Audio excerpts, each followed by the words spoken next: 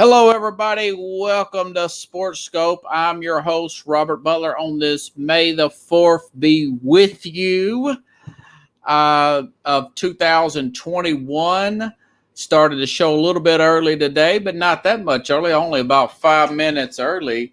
Going to go over the best and worst of the draft. Aaron Rodgers. My thoughts on that situation and a few good landing spots for him. Amazon moves up their year agreement to have the NFL on Thursday nights instead 2024. That'll be 2023, folks. So I think that's pretty interesting. Also, the NBA, the battle of attrition. It's not completely gone for the Lakers. I will say that, just to be honest with you. A lot of injuries. Like I said, it's just the perfect way. It's a battle of attrition. We still got to May the 22nd, I think, is when the actual playoffs start. But a few days before that, we have these play-in games. I'll talk about that a little bit later. But first, I don't normally shoot straight with you like this. Always kind of give the good and the bad and the ugly. But the more I look at these five quarterbacks that were drafted last week, the five that everybody come in to mention, Trevor Lawrence, Trey Lance, Mac Jones, even Zach Wilson, and Justin Fields, they all have a shot to be successful. All five of them. I mean, I looked at roster, head coach, ownership, head coach roster, and I'm thinking to myself, they all have a shot to be successful. And that's not my point is there's no excuse for these guys, if you ask me. Trevor Lawrence, offensive-minded head coach, Urban Meyer. In college, he drafted Alex Smith, undefeated season. Tim Tebow won a national championship with. Won with multiple quarterbacks one year at Ohio State, national championship. He drafted Travis Etienne. I thought that was a little bit of reach at 25 when he had James Robertson. They're going to run the ball and take the pressure off this guy a little bit. Think he's got more than enough chance to be successful in this league. Not a lot's going to be expected of him the first year. But with the system, with Urban Meyer, I see this being a Pete Carroll-like situation where we all question. I'm still trying to figure out. I am still trying to figure out Instagram, everybody. Okay, there we go. All right. What type of draft picks he's going to make, and did he draft this player too high? Is X player too low? This player we never heard of. That's what we did to Pete Carroll the first year. Pete Carroll got guys like Richard Sherman, who's a free agent now, like the 5th round. So I think he's got a big advantage there. Good offensive-minded head coach, dual running backs, good receiving core.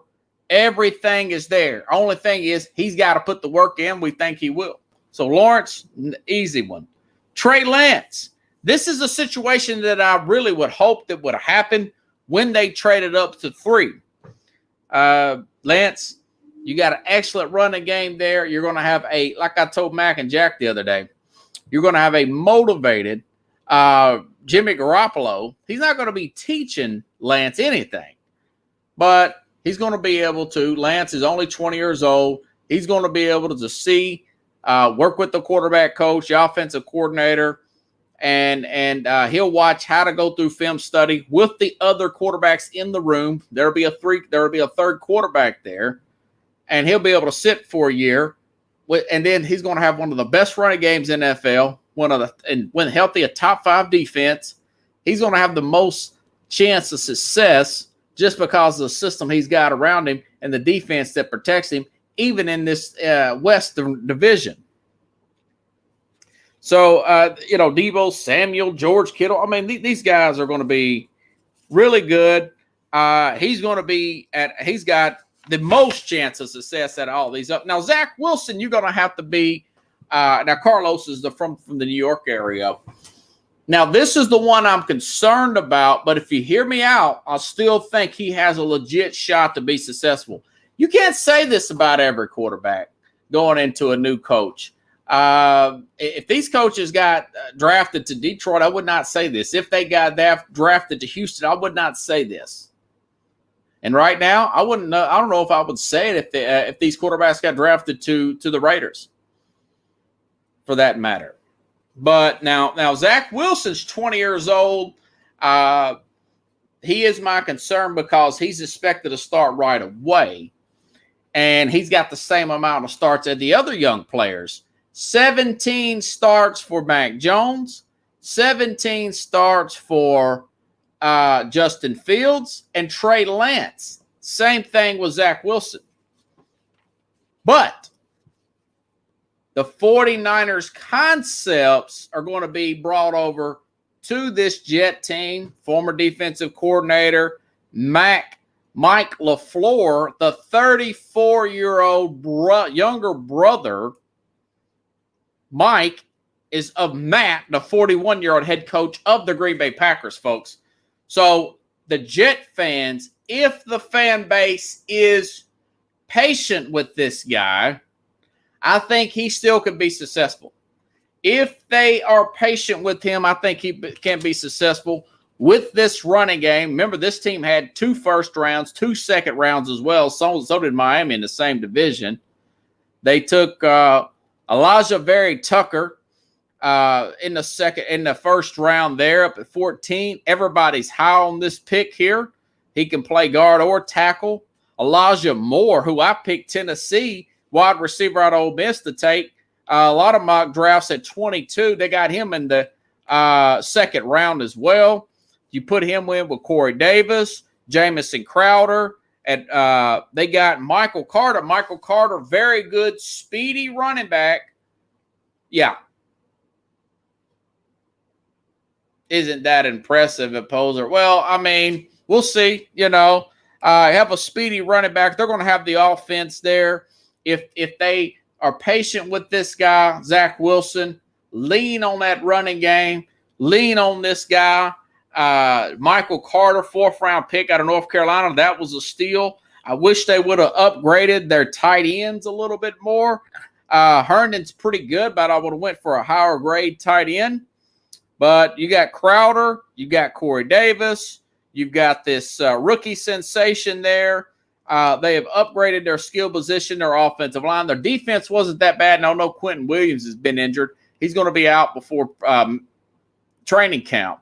But the first 2 years, if they are patient with this guy, if the fan base is patient, if Joe Douglas, the general manager, is patient with Zach Wilson, with this offense, with this zone block and running scheme, this team has a lot of money under the cap. This quarterback is still on rookie contract. He's very young.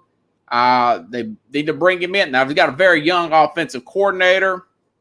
If I were going to do some passing, I would do it early to set up the run. But this would be a heavily run-based team early in the season if I'm the head coach. But, the way I see this set up, this guy still has a chance to be successful. This Zach Wilson. Now, he's going against Bill Belichick. He's going against Brian Flores. If he's going against, the Buffalo head coach, which they're picked to win the division, there's not going to be an easy out. But if you tamper down expectations the first 2 years, I see this guy potentially, if he puts the work in, if he can handle New York City and the pressures of this, I think he will be successful. The talent's there. Whether he puts the work in, I think the foundation is there for this quarterback and to be successful. Now, like I said, you need about 2 years of learning curve here. But we'll see. The fans pretty much know this. But they got skill positions. They got offensive line. They've got defensive line. And they spent their money wisely. They spent a little much for Corey Davis. I know he's hit and miss. But other than that, I think they did pretty well in free agency. Had a pretty good draft here. This guy is sitting on a very. I would be excited if I was Zach Wilson. That's all I'm gonna say. Okay, Justin Fields. Now the Bears. I don't really agree with a lot the Bears have done. But let me see something. Live viewer comments show up on screen. This is an example. Let's see if that'll show up. Oh, there you go. Corey Davis's makeup. There you go, Pickles. Has a lot to prove. Yeah, Davis will have a lot to prove. Now, Justin Fields, a lot of the draft experts like what Chicago done. They got Fields. They traded up for Fields, and I like that, and I'll talk about that in a second. But they also got this left tackle out of, I want to say, Oklahoma State. So they end up cutting their starting tackle that's played for years, 7 years with them. And they are going to be so they've saved several $1 million under the cap. But I'll say this. Justin Fields with Andy Dalton. Now, Andy Dalton's going there to play. We get it. I was supposed to talk about Mac and Jack the other day. I understand that Andy Dalton goes up there to be the starter, and a lot of these quarterbacks are not there to teach other quarterbacks to take their job.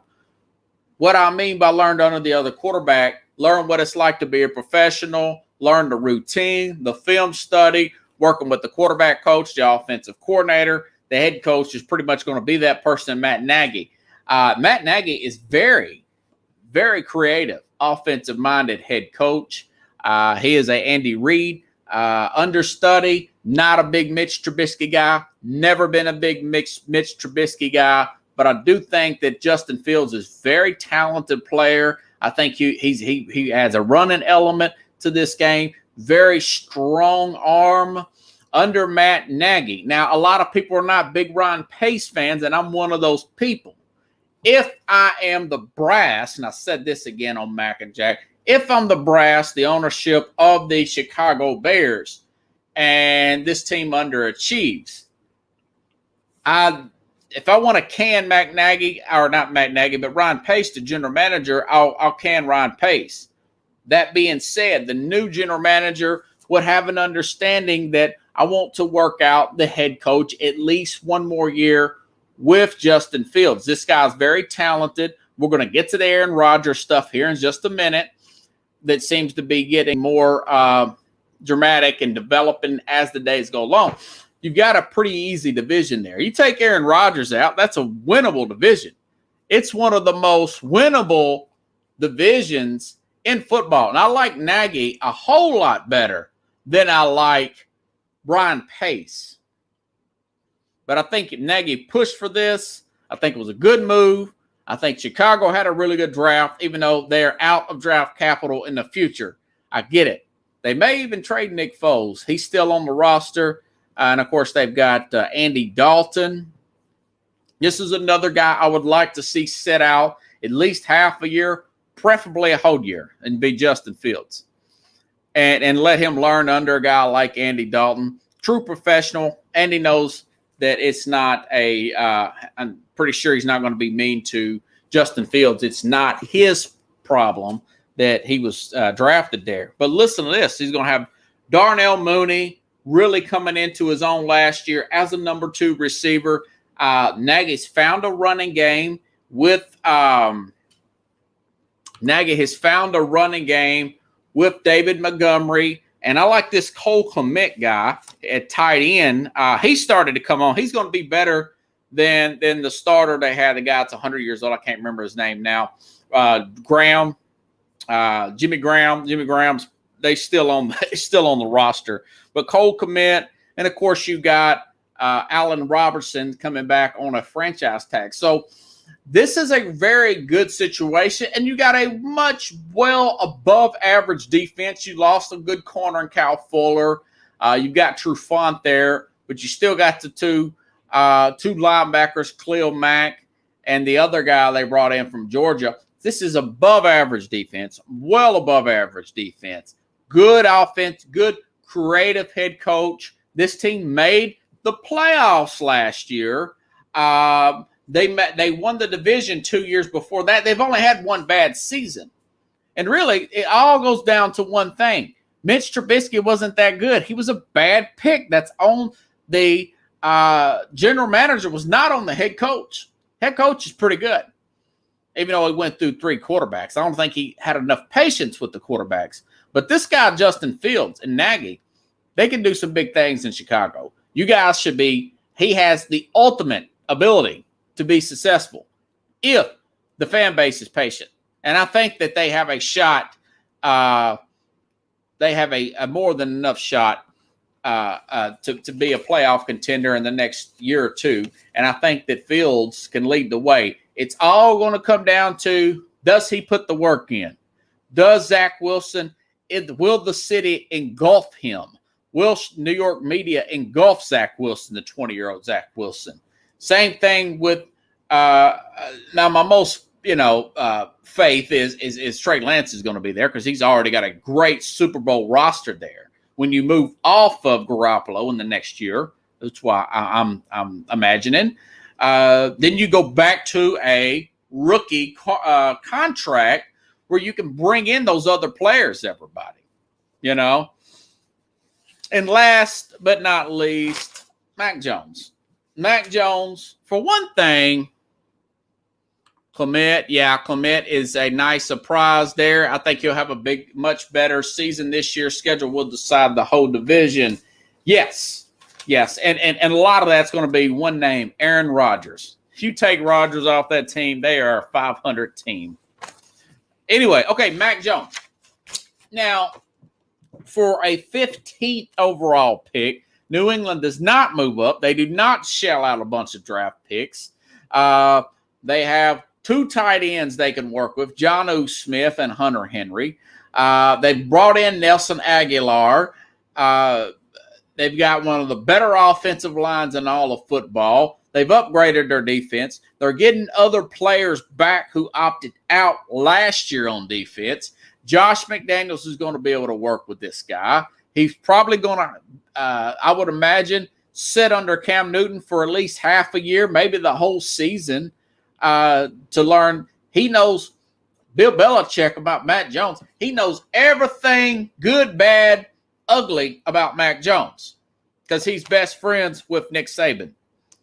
When Nick Saban says, when Bill Belichick says, I like Mac Jones, but, and then Nick Saban's going to say, yeah, the but's right. Or I like Mac Jones and addition to the way he reads defenses, and he has the highest completions percentage in one single year in college football history.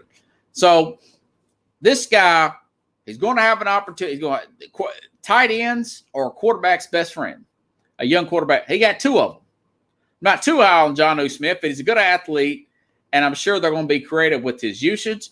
Hunter Henry, a little bit more injured than I would like, but he is an excellent pass catcher. I played these guys in fantasy for years. So they are going to be Jacoby Myers had some glimmering moments there.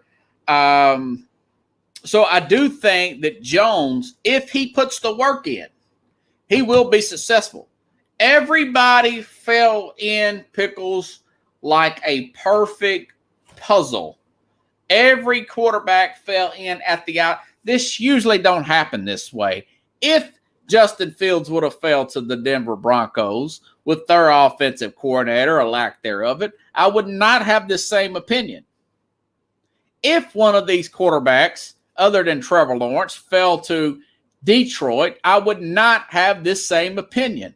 Or Houston, I would not have this same opinion. But the specific offensive coordinators with the head coach support, I do think these guys are going to be successful. The only one I think that has the least, the most likely bust potential would be Zach Wilson because he's so young and expected to start early on in his career. And I'm just not sure how he's going to handle this New York City media and limelight at such a young age. But if he has good mentors around him, he has a good support system around him, I do think that he will be a hit. And then, of course, Pickle says Jonnu Smith will be a hit. He was very inconsistent with Tennessee, but Bill Belichick was impressed the way Mike Vrabel and Arthur Smith used him in different formations and stuff. I think maybe they underutilized Jonnu Smith, but he was very inconsistent. But he's a great athlete. He can block and he can catch the football with a lot of speed. Okay? All righty then. So that's my thing with those guys. Best drafts. With great talent, folks, becomes great expectations. And I will say this Miami team with their draft picks, they added an edge rusher and Jalen Phillips. They added Jalen Waddle, the bigger of the two Alabama wide receivers, come back from a broken leg, but he came back strong. I'm surprised they didn't go with Devontae Smith. With their upgraded offensive line already, Devontae Parker, Will Fuller, Mike Gesicki. I'm with Gaskin at running back. Tua and Cleveland. Cleveland had a great draft. Cleveland had a great offseason. They've upgraded their defense. They've got 8 new starters on defense. And they had a linebacker fall to them in the second round, which I thought could be a first-round pick. They have an excellent corner that fell to them. Miami, Tua, and Baker Mayfield both are in a situation now. More is going to be expected of their teams. More is going to be expected of them. Now, Tua, he's going to have to make a big jump here. He's going to back. Hold on. So let me change out my time here.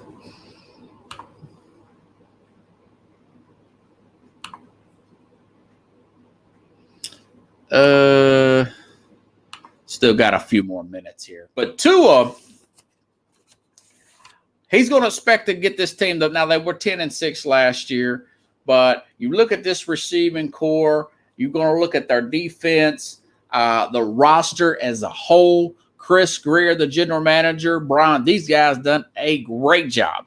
Remember, they had 2 first-round picks, 2 second-round picks. Remember, they had Houston's first-round pick. They traded it down, and they accumulated more picks, and they traded back up.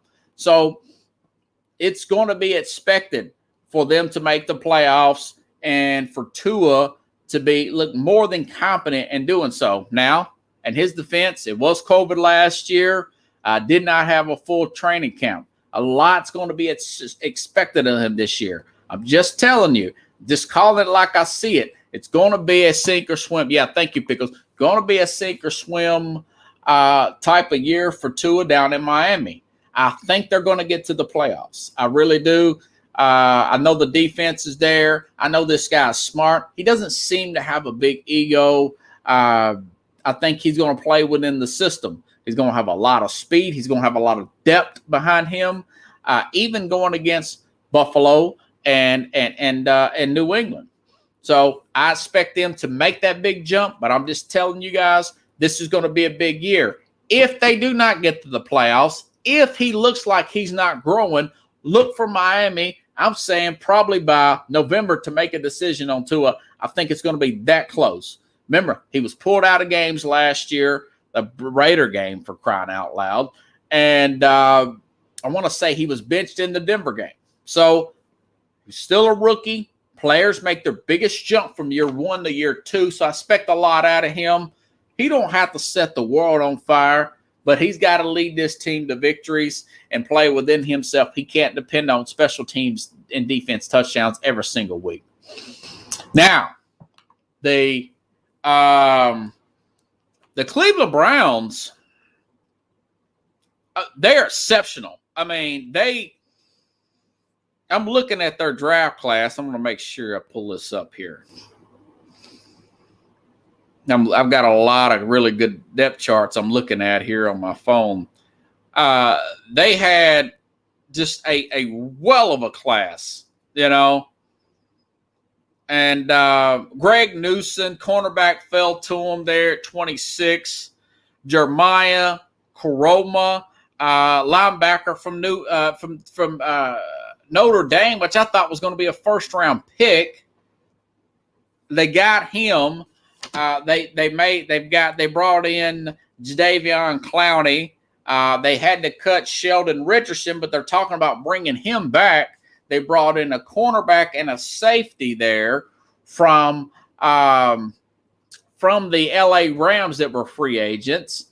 That was where they were weak. They have another cornerback that was hurt last year. That's supposed to be back, Greedy Williams. Denzel Ward's going to be back. Some guy named Duplate, I can't remember his last name. That's another cornerback that's going to be back. They are going to be loaded for bear. This team has a shot. Now, it's all going to come down to Baker Mayfield. Is he going to be feeling himself too much? Now, a week from tomorrow, which next Thursday's show I'll be talking about, but a week from tomorrow, Wednesday, the schedules will be out with the dates and times and prime time release schedules. Okay? Hold on. Let me change out my thing here real quick, folks.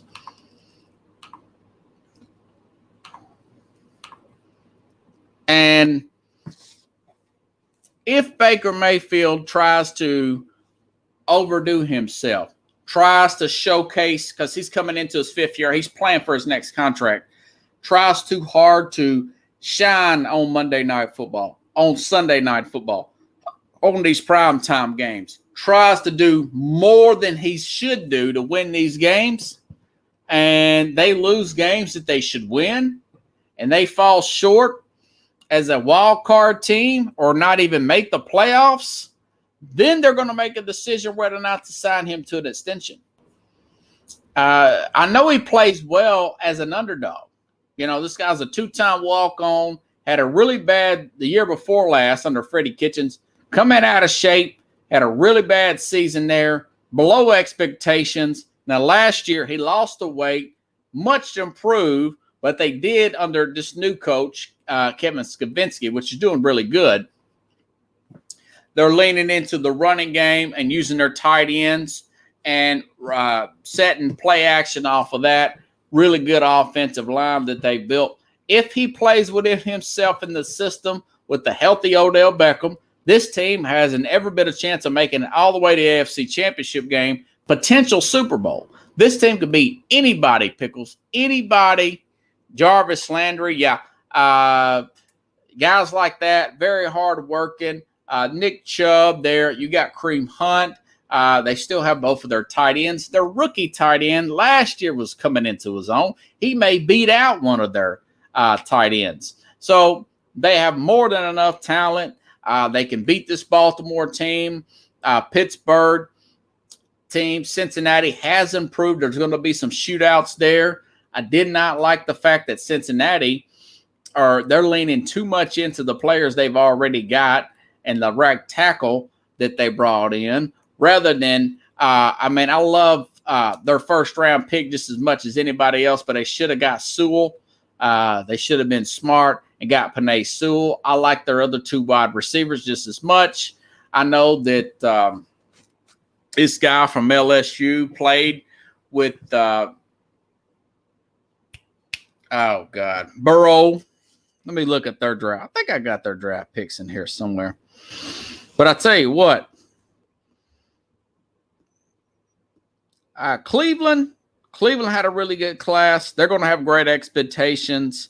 The Chargers, really good class there. Got an all-pro center in the offseason. Took Rashawn Slater, arguably one of the best tackles in the draft between him and Sewell. They got Asante Samuel Jr. That's Asante Samuel's son there at corner. Got a steal with Josh Palmer at wide receiver.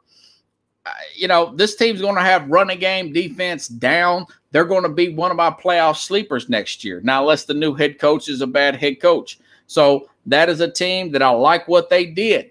Now, like I said, I think Cleveland's going to go pretty far this year. I do think they're going to live to their expectations. AFC, possible Super Bowl. I have to wait. Let's get through the count, make sure nobody's injured or anything like that. But I do think that they're a wild card team. I think Miami's a wild card team. I think Cleveland's going to win the AFC North. As of right now, folks, this all can change. And I think that the New England Patriots are a wild card team. Remember, there's 3 wild cards this year, just like last year's 3 wild cards, and then you've got your division winners, okay? Other big plays. Now, a lot of the national people did not like Dallas's draft. And I'll have to say, as someone who normally criticizes the Dallas Cowboys, I actually like what they done. I like it enough where I'm thinking to myself, maybe they can win the NFC East. You know, they've got Micah Parsons. Okay, yes, they wanted Patrick Surtain, J.C. Horn at corner, but those positions were already drafted. Those 2 particular players are already drafted. I believe, folks, if you have a need at linebacker, pass rush, that's a need, but it's not a bigger need. Your biggest need was corner, right? But if your quality of player on your depth chart, on your draft board, is much higher, you take the better player. For instance, if you got a Micah Parsons that is a 12th to 10th ranked draft ranking over another cornerback that is a second round grade, you take the higher grade player. And I like what Dallas did.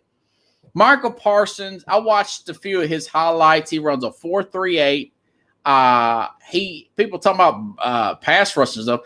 You look at his highlights, Pickles. This guy, Michael Parsons, is getting to the quarterback from the linebacker position. He's a type of player that can play the edge.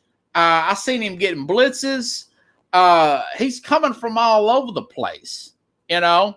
So I thought he was a great player, even though you do got Vander Esch and you've got Jalen Smith, but this guy's way quicker than both of those players. He's a sideline to sideline. Kind of reminds me of Von Miller a little bit. Kind of reminds me a little bit of a poor man's LT. And Sean Lee's retired. You know, so I like this Michael Parsons. Like I said, he was supposedly the best defensive player in the draft. If you look at some of his highlights, he lives up to that billing. And then I hear they got a Kelvin Joseph, cornerback from Kentucky in the 2nd round. What I've seen of him, he's a tall, lanky, 6-foot+ cornerback. Plays really well. Plays bump and run. Saw him made a couple of interceptions. I like this guy, Kelvin Joseph. And then, of course, they got a steal that everybody's talking about, another linebacker in the 4th round. This guy, Jabari Cox, Pickles, linebacker from LSU. He's another speedster. So no matter what defense they play under Dan Quinn, whether it's a 4-3 or 3-4, you want competition and speed because that's what they were lacking on defense. Okay? And I want to add, again, Richard Sherman, he's not the player he used to be, but he's still much better than a lot of these other players because he can win with his mind. Cornerback free agent, used to play for Dan Quinn in Seattle. He's still out there. Again, Sheldon Richardson, defensive tackle. I talked about maybe Cleveland bringing him back. He hasn't signed with anybody. He's still out there. Former Charger free agents, Melvin Ingram is still out there.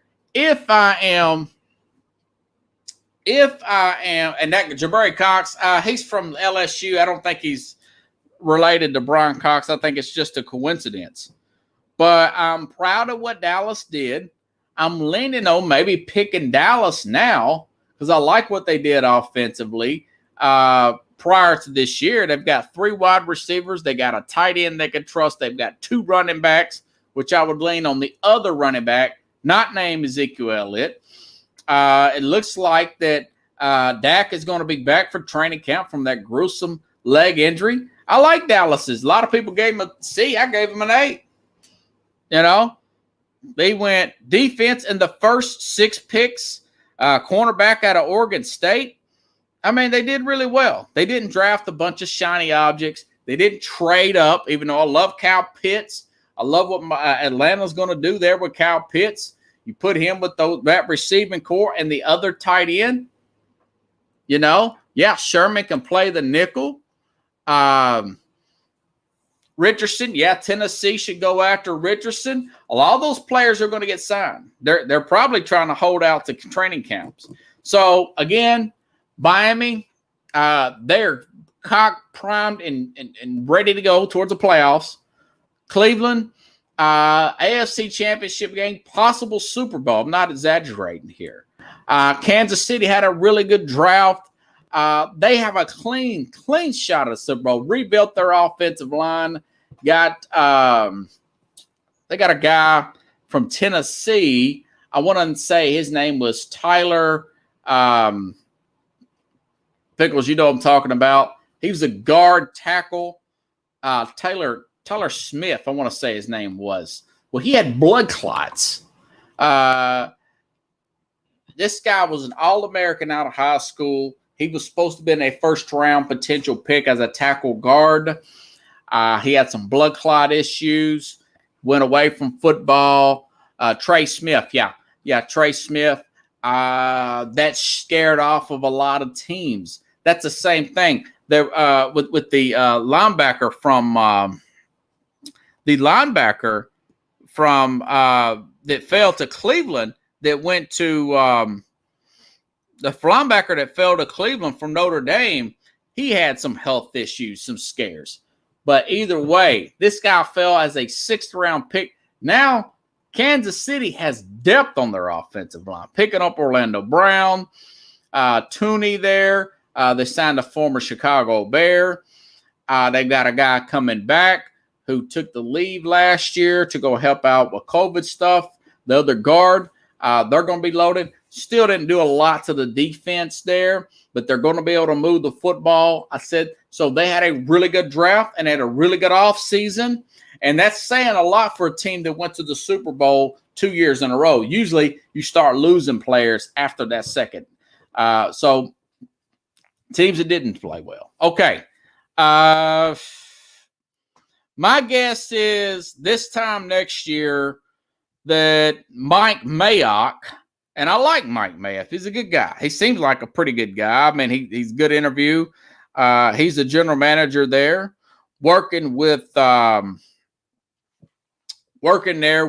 Gruden. But I think he's going to be the sacrificial lamb. Everything I read, the Raiders had another bad draft. They're cutting players. They're bringing players in off the street. There was a guy that they took that I want to say his name was like Leatherwood in the first round. He was a guard tackle from Alabama, and a lot of the draft experts saying that they took him 20, 30 spots ahead of where he should have been drafted. That is typical of the Raiders. Plus, you look at all their offensive line they gave up on. They're rolling through. They're taking a chance on bringing in new offensive linemen. They've overpaid some guys over the years. Some of their pass rushers hasn't worked out. They've already fired their defensive coordinator. John Gruden is in his 4th year of a 10-year contract. So if they don't make the playoffs, I think that Gruden will fire or have fired Mike Mayock, and he's going to be back at the NFL Network. That's my guess. Others that had a bad draft, Houston Texans. They didn't have a 1st or 2nd round pick. They talk about they're going to keep Deshaun Watson. He's the quarterback no matter what. And then they say that they have they signed Tyrod Taylor, and now they have drafted a player out. I think his name is Mills out of Stanford in their first round pick. It was a quarterback when they needed offensive line get help, defense everywhere, defensive line, cornerback, secondary, and they take a quarterback. So Houston had a bad draft. The Raiders, the Las Vegas Raiders, looks like they're probably going to be they're going to be in some trouble, I think, to say the least. Pickles. Other draft notes before the guy's name was Alex Leatherwood and Jalen Mills, from Stanford. So I did get those names right going off of my memory. Tennessee player. Tennessee had a player they drafted in the 4th round that looks to be a let me make sure I get this right. This player has got assault charges, and the Titans apparently did not know about this. So this player is he's in question. He's their 4th round pick, and I'm trying to find all their picks. Seems like I had them up here before, and we'll get a real good sense of what they're doing. But either way, they take chances. And I was talking about this before on the Mac and Jack show, everybody, that they're a team that simply will take chances on players over talent over, say, character or something like that. Now, I'm all about winning. Don't get me wrong. I'm all about winning. But, you don't want to get players that are so questionable that they're not even going to be worth your while. Okay, this guy was, let me make sure I get this name right. He was Monty Ray. I can't find him. Looks like, Rashad Weaver. He's 4th round pick out of the University of Pittsburgh, arrested for assault. I think that was with his girlfriend or something like that. And also they took Caleb Farley. Caleb Farley tore his ACL as a freshman. He's had some back procedures. Now I do like this player though. 6 foot tall, got that tall frame. Farley looks to be a really good player. PFF gave Tennessee an A in their draft. They gave them an A for all these players. North Dakota State, Dylan Rodriguez, Rad Dudes, offensive tackle. Usually if a player comes from those small schools, he's probably that much better. But they do take chances. Like I was telling, their last year's 1st round pick, this guy has been cut. He only played 4 snaps with Tennessee. And now he was cut. He was traded to Miami. Then he was late for practice. Then they cut him. So it is what it is, But, and like I said, going back to Cincinnati, you got a talent like Joe Burrow, once in a generation, particularly for an organization like Cincinnati, who's been bad for so long. They've been bad on and off since 1989 when Boomer Esiason almost led them to a Super Bowl win over the 49ers, right? Since Carson Palmer, a guy who wanted to get out of this organization. Like I was saying, I love Jamar Chase. Going to be a star. Anquan Bolden with speed. Can get open. 4.38. But when you've already got 2 wide receivers there, you've had your quarterback already coming off of a pretty rough leg injury there. And you did sign Riley Reef to play right tackle, coming over from Minnesota. They added 2 other offensive linemen. They drafted Jack Carman from Clemson, who was thought to be a project in the 2nd round, when they probably should have drafted a Penei Sewell from Oregon instead of Jamar Chase. If Joe Burrow gets hurt again, we know it was Mike Brown and the owner / general manager not making the right draft picks for this guy. Now, that being said, there's been a player cut from, I just made that note, actually. There was Charles Leno was cut from the Chicago Bears. Very good player. It was a salary cap issue because the Bears hit it out of the park with Tevin Jenkins from Oklahoma State. I would bring this guy in. Now, they've got Jonas Williams, but Williams has only played 10 games last year, and he was hurt his rookie year, the left tackle out of Alabama. Do you really trust this guy to protect Joe Burrow for 16 games against Baltimore's pass rush and T.J. Watt out of Pittsburgh? That's 4 games, folks. I didn't mention Myles Garrett and the Cleveland Browns defensive line, which is as best it's been in years. So Cincinnati, you have a special talent. This guy is the best talent in that division. He's better than Lamar Jackson. Ben Roethlisberger's over the hill. He's a better player than Baker Mayfield is right now. And you've got to do everything you can to protect this asset because he's the best asset you've had since Carson Palmer. And he may even be a better player than Carson Palmer because he looks tougher than Carson Palmer, you know? So we'll see how I hope it plays out. I like this guy. And these other now PFF did say they were the 4th best team to upgrade their offensive line if they would have took Penei Sewell from Oregon over a Jamar Chase. They could have got another wide receiver in the 2nd round. They would have been the best improved offensive line in the NFL, according to Pro Football Focus. There's an article I was reading. This typical news and notes, folks. News and notes, okay? Okay, all right. Okay, Aaron Rodgers.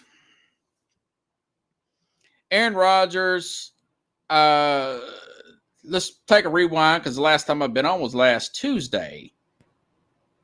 Rodgers said he wants to be traded the day of the draft. And several reports came out and said that he was embarrassed a year ago from the draft. This is how vindictive this guy is, Pickles.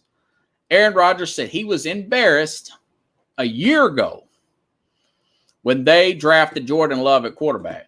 So he wanted to wait till a year. Never said anything, came in, won the MVP, set the world on fire, got back to the NFC Championship. And then he says, I want to be traded. And there was numerous reports. San Francisco tried to make a call, try to bring Rodgers back home. They were going to offer that 3rd pick, I would imagine, so they could get Trey Lance potentially and start over Green Bay because Love is not even he's not even 2nd string yet. That means he's slow to learn their system. Okay.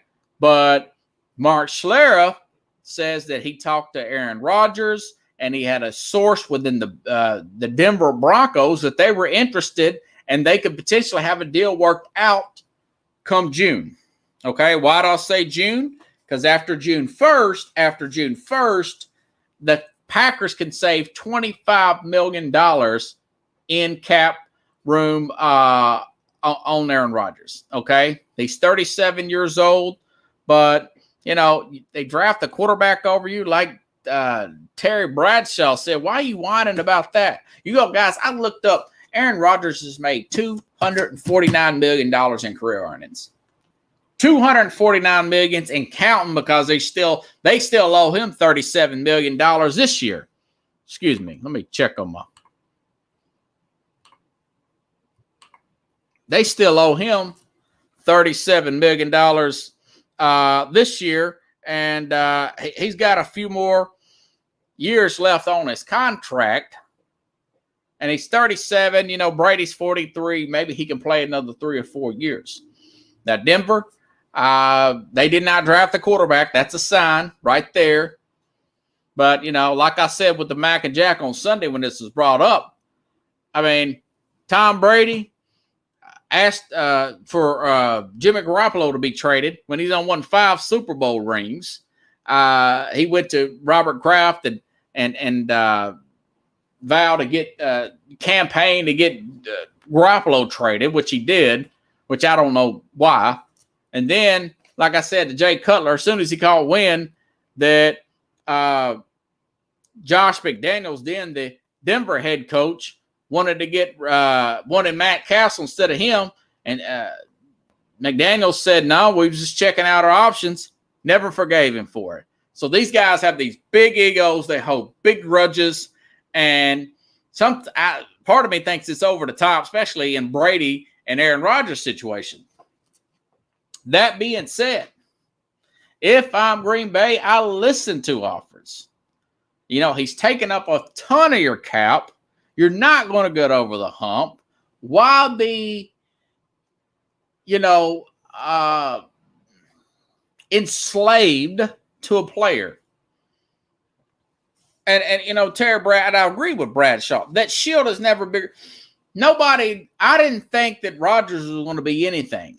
I thought he held the ball too high above his head when he was drafted. I thought Green Bay had hit all the gold that they can get with Brett Favre, but Favre did not want to go to training camp. He was back and forth. I understand their dilemma there.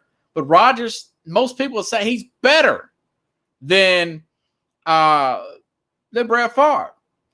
Whoever thought that Andrew Luck would take a team led by Peyton Manning? You never want to be the man following the man's my point.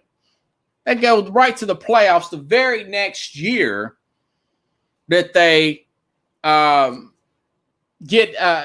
Andrew Luck. Now, I don't think Jordan Love's the guy. But if you're a Denver team, maybe throw in Jerry Jeudy. You give and I wouldn't ask for a lot if I'm Green Bay. I would just want to be done with it. I'd ask maybe a first and second next year from maybe the next 3 years. 1-2, 1-2, 1-2. And I think that's fair. And that's probably going to be, if you got an Aaron Rodgers type of player, that's probably going to be and I'm sure he would restructure just to prove that he can win with another team. Restructure his contract. He's got Melvin Gordon there. He's got hold on, Pickles.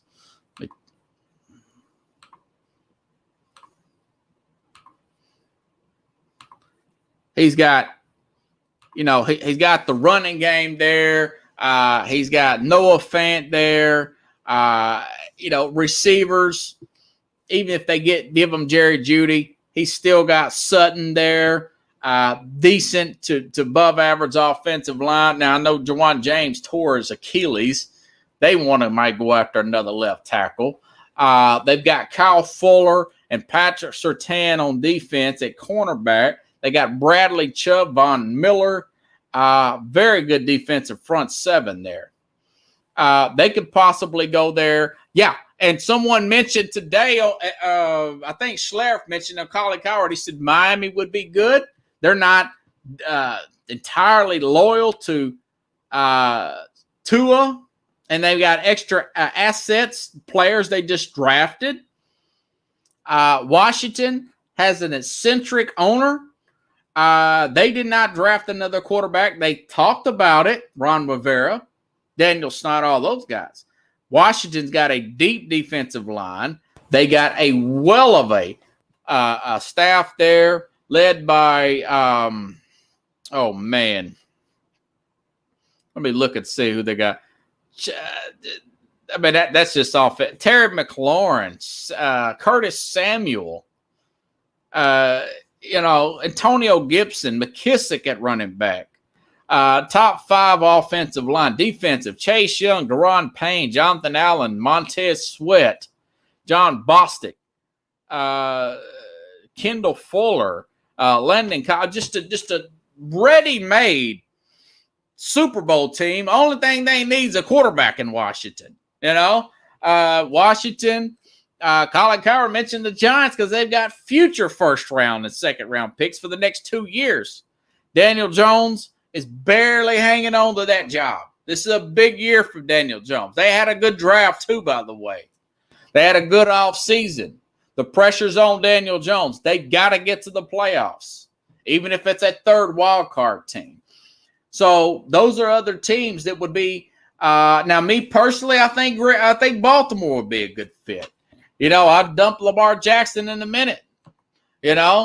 But there's a lot of teams out there that would make things happen when you got a Peyton Manning-like guy, when you have a Aaron Rodgers type guy. I think if Tennessee would have went a little bit harder pickles at Peyton Manning and got rid of that Jake Locker, they would have been in better shape. They would have won a Super Bowl. Instead, Peyton went and won a Super Bowl with the Denver Broncos. But there's a lot of teams out there. I think, like I said, Denver, Washington, the Giants, Baltimore would be a good fit for him. Those are teams that I would look at because they've got ready-made teams. The only thing they need is a quarterback, folks. And they can make it happen structural-wise with the contract, okay? Other news in the NFL, it looks like that this is a story out yesterday, Pickles. Amazon Prime setting to air Thursday Night Football exclusively 15 games next year, not 2023. Through 2032, Amazon will take over the Thursday night package. Now, the good news for this is, now the bad news is if you don't have Amazon Prime, you don't get the Thursday night games. Now, older fans like Pickles and everybody, that's going to be a bummer. But the good news is for second shift people like myself, I worked security for years. Worked restaurant for years, 4 to midnight. You could take your phone, you're working security, correctional officer, even a police officer. If you're not working, if you're just kind of in a dead time of night, you can take your phone, you can watch the game. If you got fantasy, you may have a bet on it. If it's legal in your state, you can watch the game anywhere. And for people like me who love this stuff, streaming is the way to go. I just like the idea to stream. Amazon Prime does a good job on the streaming. When we first started to stream stuff off my phone, it was not a clear picture. Sometimes the game would come in clearly, and other times it would go out. When I'm watching something on Amazon Prime or Netflix on my phone through an app, it works great. So I'm a big fan of that. But I think it's a good idea. I know it's going to hurt some of the older fan base. But me being a Prime member, I think it's a pretty cool thing. You got to go who makes the, biggest bid there. Oh, another key note I wanted to mention. Now Minnesota, I mentioned Minnesota would take Fields if he fell, and they did say that they would. I remember Zimmer saying that with the general manager. However, they did. The Vikings, going back to the draft, that I had a note here. Keelan Mond, keep that name in mind. Quarterback out of Texas A&M, plays like Dak. Remember, Dak was drafted in the 4th round, folks. Plays like Dak Prescott, looks like Dak Prescott. Same type of attitude as a Dak Prescott. Keep this guy in mind. He's a 3rd round pick, went to Minnesota. He's going to learn under Kirk Cousins, okay? The unfortunate part about it is if they don't get to the playoffs, they may fire Minnesota. They've gotten better on defense in the offseason. If Rodgers leaves the AFC North, it's wide open between Chicago and Minnesota. I don't think Green Bay's going to do anything with another quarterback. I don't think Detroit's going to do anything. So keep this guy in mind. Now, they're probably going to likely have to keep Cousins for 2 years. But if this guy could beat Cousins, maybe they can work out a trade in 2022 of Cousins. The reason why I bring this up about Cousins, he's a $45 million dead cap money in 2022, and he's a $45 million cap hit in 2022. Either way, I would not have paid Kirk Cousins that amount of money, but Minnesota did. But I like Keelan Mond. Keep that guy in mind. First pick in the 4th round. And Kyle Trask went to Tampa Bay. Not a big Kyle Trask guy. Let's see how it works out under Brady. I don't have a lot of faith in that play, but we'll see. Okay, NBA. Rapid fire here. NBA. A few weeks ago, I said that I do not think Lakers are going to go pretty far. I think they're going to fall in seeding. I think injuries are going to catch up with them, and I look to be right now. LeBron's got a sore knee. Dennis Schroeder is going to be out for another 2 weeks, 10 days to 2 weeks. It says some kind of protocol. I don't know if it didn't say COVID. It just says illness protocol. Either way, they won last night. It was a big win for them. They knocked them back up to the 5 seed, I think, because they were hovering between the 6 and the 7 over the last few days. However, now I read that Kawhi Leonard's been dealing with a foot injury with the LA Clippers, and Jamal Murray is out for the season. We know that. Now, Denver's playing well without him, but in the playoffs, they're going to really need him. Now they're kind of iffy. And also, Donovan Mitchell is still out for Utah. You know, I like the story of Phoenix, but are you really going to rely on Chris Paul and a bunch of kids? They've got the number 1 seed there. So the West is wide open. The West is wide open. You look at the East, you got Joel Embiid. He's on and off, been out for a while for Philadelphia. And, of course, Brooklyn, by far the most talented team, but Harden is still out. And you don't know, the back and forth with Kevin Durant. So even, I don't care for LeBron as a person. I don't like how he paints broad brushes and what he says and does off courts and with police and all that crap. But I will say this, they still got a shot. Calling balls and strikes, they still have a shot. It's a battle of attrition. There's no really, really healthy team in there other than maybe Milwaukee. And that's as of today. With this condensed season we've got, folks, I don't know who's going to win this thing. But now if Harden plays in the next week or two and they have a little bit of chemistry, I think Brooklyn could get there and win it. I think that Giannis had to have a game of his life Sunday, and they still almost lost that game to Brooklyn. But Brooklyn, they do really, really struggle offensively. But, the Lakers still got a shot. I got to admit, they still have a shot. There's too many injuries around the league for the good teams, So it still could be Brooklyn Lakers. Hope it's not. I like to see somebody different in there. I kind of like to see Brooklyn because they've been so down so long. I like to see the Knicks get in, but there's just not the real high-end teams. I've noticed there's just too many injuries to pinpoint a real favorite. That's what my take is on the NBA up to this date. I just want to make sure, folks, I got everything. I got that. LeBron James, all those injuries, Amazon Prime. Oh, Bob Baffert. Bob Baffert had, it was either from a 10 to a 12-point odds, depending on what time you got this guy locked in. Medea won the Kentucky Derby 7 times. And my friend Belinda at work, she made all these recommendations for the Kentucky Derby, and none of them were around Bob Baffert. I don't think he's got it this year. I just don't think that he's So he's got his 7th Kentucky Derby win. Like a Nick Saban, 7 national championships. Like a Tom Brady, 7 Super Bowl rings.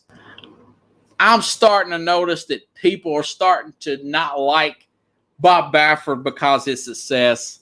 And it's just is what it is. The guy's got a knack for it. If he's feeding these horses cattle steroids, why didn't the competition find that out?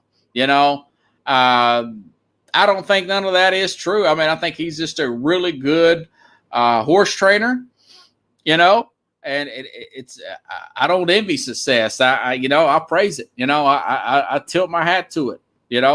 This guy, this was not one of his best horses coming into the Derby. If it's a big Bob Baffert horse, it's usually a favorite, Pickles, or at least a 2-1 or 4-1 type of horse. And he's saying that a lot of times these horses, they don't want to run them in the Pimlico because they've been overran. but that's not the case. He's gonna run this in the second leg of the Triple Crown. We'll see how it plays out. But he was not. I don't think he was the second or third. I think he was like a fourth down as far as odds are concerned. So kudos to Bob Baffert. I thought that was a great win there. And I was trying to get on one of the betting apps and got shut out. And, of course, I would have lost anyway, so I was going to go around Baffert's horse. Don't leave this guy out. I tell you, he has got an eye for talent. If you guys like the show, please share the show. If you want to donate, contribute to the program. I've been working on this Patreon thing for weeks. I haven't got that set up. Try the Zelle app, Zelle. I'm on there. Sports, the word sports, the word SKOPE. You can donate to that on the Zelle, Zelle app. That's one of the more trusted ones through Bank of America. I will be back on Thursday. We'll talk about what's going on in the latest in the wide world of sports. And again, guys, next Thursday, next Wednesday will be the scheduled release of the NFL, Pickles. The scheduled release. So that's going to be huge. When and where these teams play will give me a better indication. How many primetime games does Cleveland have? Is Baker Mayfield going to try to overplay his hand and screw it up for the Cleveland Browns? Or is he going to continue to come back in shape and play within himself and give this shot at an AFC championship, possibly a Super Bowl for Cleveland? So that's going to be huge. Next Wednesday, the 12th. So we'll be talking about that next Thursday. And, of course, I'll be back on here Thursday right around 9 p.m. Central Time here on Sports Scope. Everybody, you guys got a great show tonight, an hour and 6 minutes. So have a good night, everybody. I will see you around 9 p.m. Central Time here on Sports Scope.